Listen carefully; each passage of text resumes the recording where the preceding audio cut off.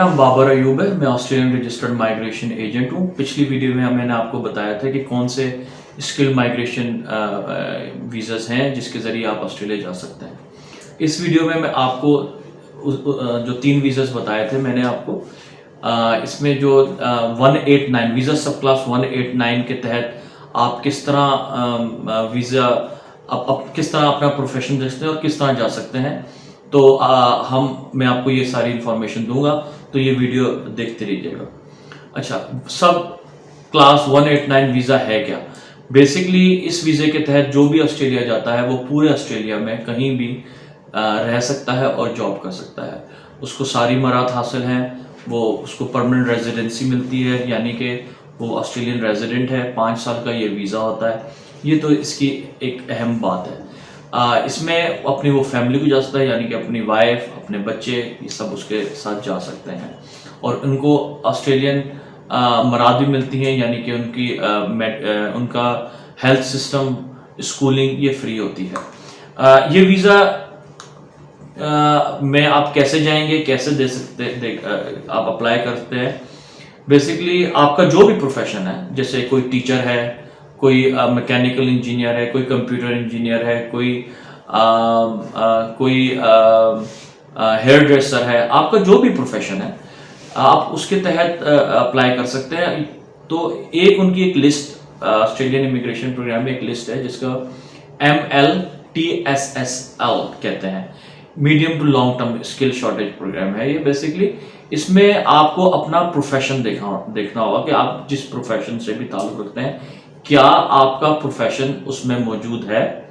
अगर आपका प्रोफेशन उसमें मौजूद है तो इसका मतलब है कि आप इस प्रोग्राम के तहत आप क्वालिफाई करते हैं। पहली चीज तो आप अपना प्रोफेशन देखेंगे। अब आप उसके बाद क्या करेंगे, उसके बाद आपने अपने पॉइंट्स बनाने होते हैं। इस वक्त टोटल 65 पॉइंट्स आपको चाहिए अपने आप को एलिजिबल बनाने के लिए। इससे क्या मुराद है, यानी कि अगर आपके 65 पॉइंट्स बन जाते हैं, इसका मतलब है आप ऑस्ट्रेलिया की रेजिडेंसी के लिए अप्लाई कर सकते हैं 189 वीज़ा के तहत, जिसके मुतालिक मैं अभी बात कर रहा हूं। अब ये पॉइंट्स बनाने कैसे होते हैं? ये पॉइंट्स डिफरेंट तरीके से इन्होंने डिवाइड किए हैं ऑस्ट्रेलियन इमिग्रेशन प्रोग्राम के तहत। सबसे पहले जो फैक्टर है वो है एज। आपकी एज कितनी है। फिर फैक्टर आता है आपकी क्वालिफिकेशन, आपकी क्या क्वालिफिकेशन है। फिर आपके आता है आपका एक्सपीरियंस क्या है। फिर आपका इंग्लिश किस लेवल की है। और फिर आखिर में आपका मैरिटल स्टेटस क्या है, आप शादीशुदा हैं क्या है।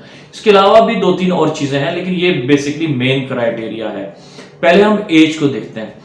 एज में अगर आप मैक्सिमम पॉइंट एज में कब मिलते हैं, अगर आपकी एज 25 से 33 के दरमियान है तो आपको टोटल 30 पॉइंट्स मिलते हैं, यानी कि आप मैक्सिमम पॉइंट्स ले सकते हैं अगर आपकी एज इस एज ग्रुप में है। इससे बढ़ जाती है तो आपके पॉइंट्स कम होते चले जाते हैं। इससे कम 25 से आप नीचे हैं तो भी आपके पॉइंट्स थोड़े कम हो जाते हैं। और ये प्रोग्राम आपकी एज अगर 45 से ज़्यादा है तो फिर आप एलिजिबल नहीं है कि इस प्रोग्राम के तहत आप ऑस्ट्रेलिया में की इमिग्रेशन के लिए अप्लाई कर सकें। ये तो एज हो गई। दूसरे नंबर पे आ जाती है आपकी क्वालिफिकेशन। आपने का जो भी प्रोफेशन है उसमें आपकी क्वालिफिकेशन क्या है। सबसे हाईएस्ट पॉइंट PhD को है। फिर उसके बाद बैचलर्स और मास्टर्स, इन दोनों को एक जैसे पॉइंट्स दिए जाते हैं। और उसके बाद तीसरे नंबर पे है डिप्लोमा होल्डर्स। तो आपने देखना है कि किस एजुकेशन के आपकी क्वालिफिकेशन, आपके प्रोफेशन में आपकी क्वालिफिकेशन क्या है। मैक्सिमम आप 20 पॉइंट्स ले सकते हैं अगर आप PhD हैं। आप अगर मास्टर्स या बैचलर्स आपकी क्वालिफिकेशन है तो आपको 15 पॉइंट्स अवार्ड किए जाएंगे। और अगर आप डिप्लोमा है, एसोसिएट डिप्लोमा है, तो आपको 10 पॉइंट्स दिए जाएंगे। ये तो आपकी हो गई क्वालिफिकेशन। इसके बाद एक्सपीरियंस। अच्छा, एक्सपीरियंस जो है हर जो प्रोफेशन है उसमें थोड़ा सा फर्क ज़रूर है, लेकिन ब्रॉडली एक ही है। एक्सपीरियंस किस तरह देखते हैं? 2 तरह की एक्सपीरियंस कैटेगरी है कि क्या आपके पास ऑस्ट्रेलियन एक्सपीरियंस है। अगर आप ऑस्ट्रेलिया गए हैं और ऑस्ट्रेलिया में आपने जॉब की है तो आपको कम ईयर पे ज्यादा पॉइंट्स मिलेंगे। लेकिन अगर आप ऑस्ट्रेलिया में आपने जॉब नहीं की, काम नहीं किया अपने प्रोफेशन में, आपका ओवरसीज एक्सपीरियंस है, तो उसके पॉइंट्स थोड़े से कम होते हैं। ऑस्ट्रेलिया में जो रहने वाले हैं उसके पॉइंट्स ज्यादा होते हैं। पॉइंट्स तो वही होते हैं लेकिन नंबर ऑफ ईयर्स का एक्सपीरियंस होता है, फर्क होता है। जैसे इसमें आप मैक्सिमम पॉइंट्स जब ले सकते हैं जब आपके 10 इयर्स ऑफ एक्सपीरियंस है। लेट्स सपोज अगर आपका 8 से 10 साल का एक्सपीरियंस है अपनी फील्ड में, तो आप मैक्सिमम पॉइंट्स इसमें अपने बना सकते हैं। इसके अलावा अगर आपके जैसे जैसे इसमें कम होते जाते हैं number of years of experience of your profession, तो इसी तरह से आपके पॉइंट्स कम जाते हैं। अगर आपका 3 इयर्स का एक्सपीरियंस है आपको 5 पॉइंट्स मिलेंगे, 3 to 5 का। 5 to 8 इयर्स का एक्सपीरियंस है तो आपको 10 पॉइंट्स मिलते हैं। और अगर आपका 8 to 10 इयर्स एक्सपीरियंस है तो आपके 15 पॉइंट्स आपके बन जाते हैं। तो फॉर एग्जांपल एज में आपने 30 लिए, ये कैलकुलेट किस तरह करते हैं, एज में आपने 30 ले लिए, क्वालिफिकेशन में आपने 15 ले लिए, तो आपके 45 पॉइंट्स हो गए। इस तरह आपका एक्सपीरियंस में आपने लेट्स सपोज 10 पॉइंट्स, आपका आप 5 इयर्स का एक्सपीरियंस आपके 10 पॉइंट्स बन जाते हैं, तो अब आपके 55 पॉइंट्स हो गए। इसके आगे इंग्लिश, आपकी इंग्लिश किस कैटेगरी की है? इंग्लिश में ये आइल्स भी एक्सेप्ट होता है, पीटीई भी एक्सेप्ट होता है, टोफल भी एक्सेप्ट होता है। आइल्स में अगर आपके 7 ईच आते हैं, 4 जो बैंड्स में है, तो आपको मैक्सिमम पॉइंट्स यानी कि आपको 10 पॉइंट्स मिलते हैं। अगर आपके 8 ईच आते हैं तो आपको 15 पॉइंट्स मिलते हैं।